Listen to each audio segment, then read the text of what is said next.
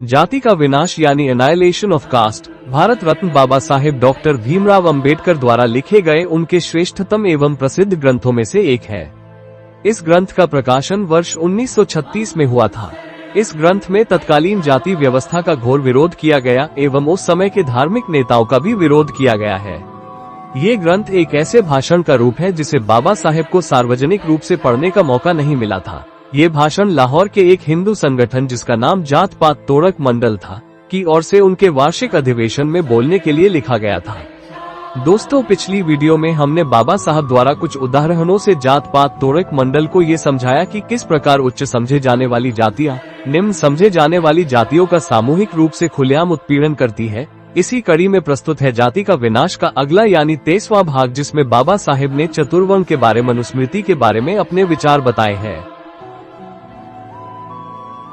क्या आप तर्क की अपील कर सकते हैं और हिंदुओं से जाति को अस्वीकार करने के लिए कह सकते हैं क्योंकि यह तर्क के विपरीत है? ये सवाल उठता है, क्या एक हिंदू अपनी तर्क शक्ति का पालन करने के लिए स्वतंत्र है?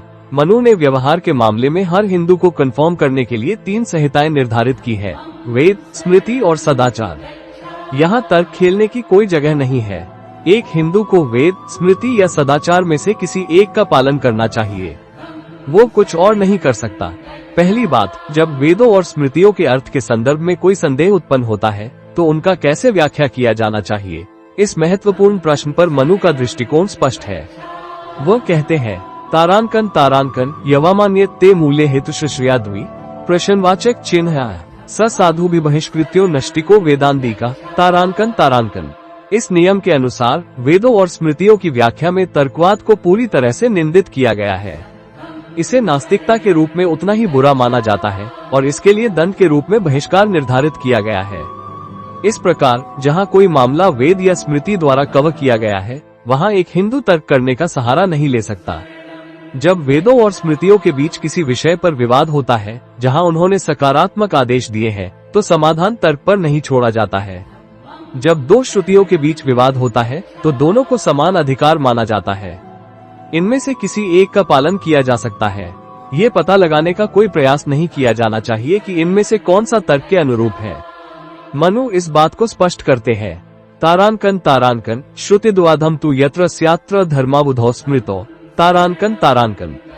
जब श्रुति और स्मृति के बीच विवाद होता है तो श्रुति को प्राथमिकता दी जानी चाहिए, लेकिन यहाँ भी ये पता लगाने का कोई प्रयास नहीं किया जाना चाहिए कि इनमें से कौन सा तर्क के अनुरूप है।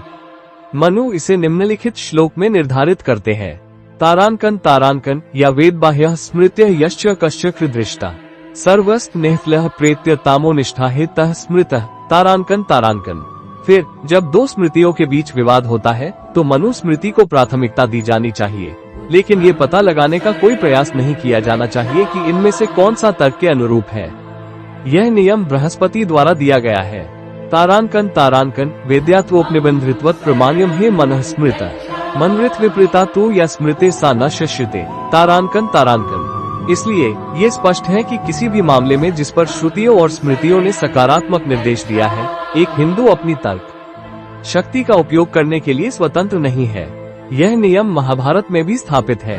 तारांकन तारांकन पुराना मनवो धर्म संग वेदश्चिकीर्तितम आक्सिधानी चतुर्भे न हंतव्यानी हेतुभे तारांकन तारांकन। उन्हें उनके निर्देशों का पालन करना चाहिए। जाति और वर्ण वे मामले हैं जिनसे वेद और स्मृतियां संबंधित हैं और परिणाम स्वरूप तर्क की अपील हिंदू पर कोई प्रभाव नहीं डाल सकती।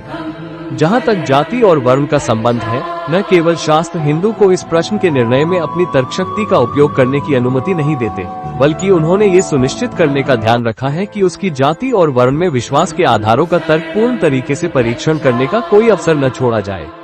ये कई गैर हिंदुओं के लिए चुप्पी में मजा लेने का स्रोत होना चाहिए कि सैकड़ों और हजारों हिंदू कुछ अवसरों पर जाति तोड़ते हैं, जैसे रेल यात्रा और विदेशी यात्रा, और फिर भी अपने बाकी जीवन के लिए जाति बनाए रखने का प्रयास करते हैं।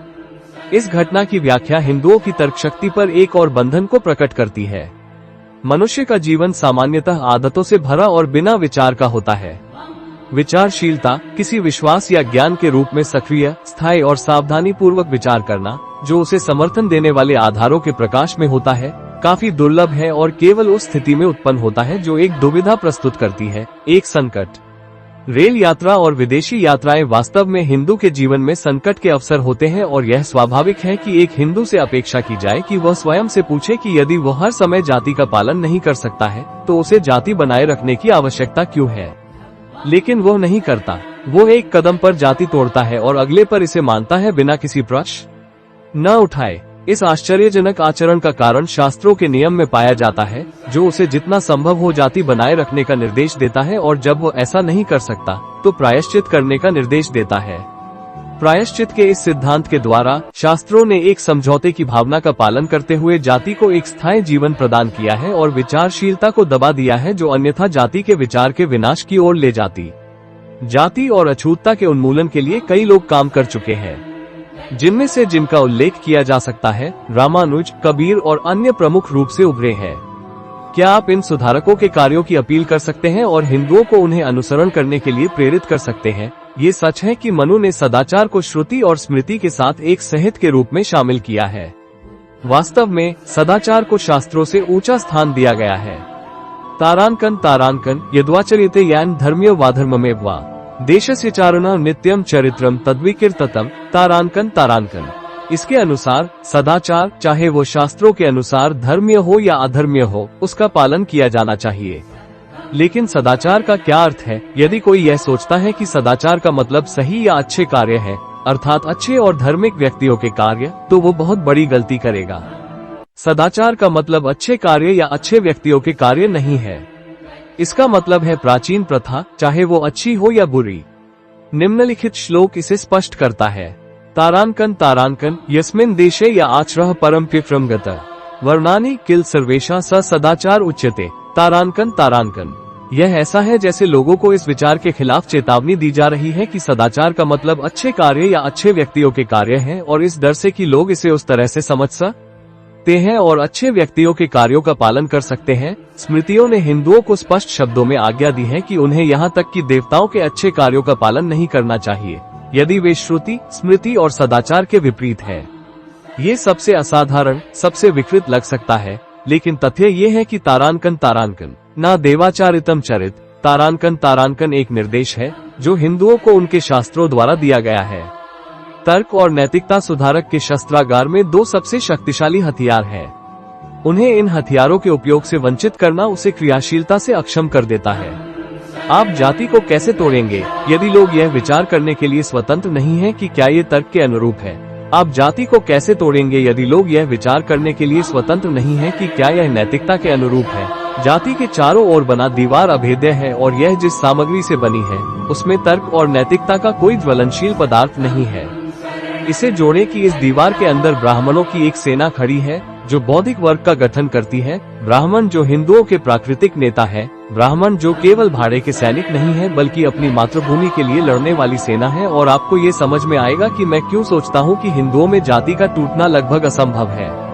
किसी भी दर पर यह एक ब्रैच बनाने में युगों का समय लेगा, लेकिन चाहे काम करने में समय लगे या जल्दी किया जा सके, आपको यह नहीं भूलना चाहिए कि यदि आप इस प्रणाली में दरार लाना चाहते हैं तो आपको वेदों और शास्त्रों को नष्ट करना होगा जो तर्क को कोई स्थान नहीं देते हैं, उन वेदों और शास्त्रों को जो नैतिकता को कोई स्थान नहीं देते हैं।